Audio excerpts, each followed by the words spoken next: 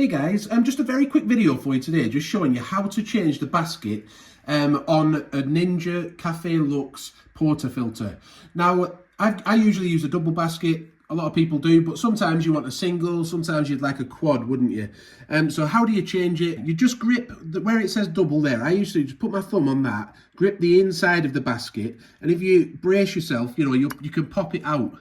But it can be quite stiff at times, so obviously if you've got a worktop, you can also place it down on the worktop and put a bit of pressure on with your hand, and then it makes it easier to take out, doesn't it?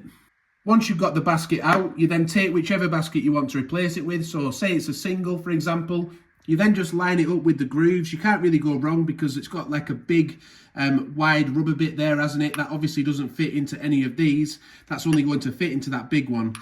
So you just pop it back in there and then just get your hand over all of it and just press it down firmly. Then just run your fingers around the edges, make sure it's nice and secure.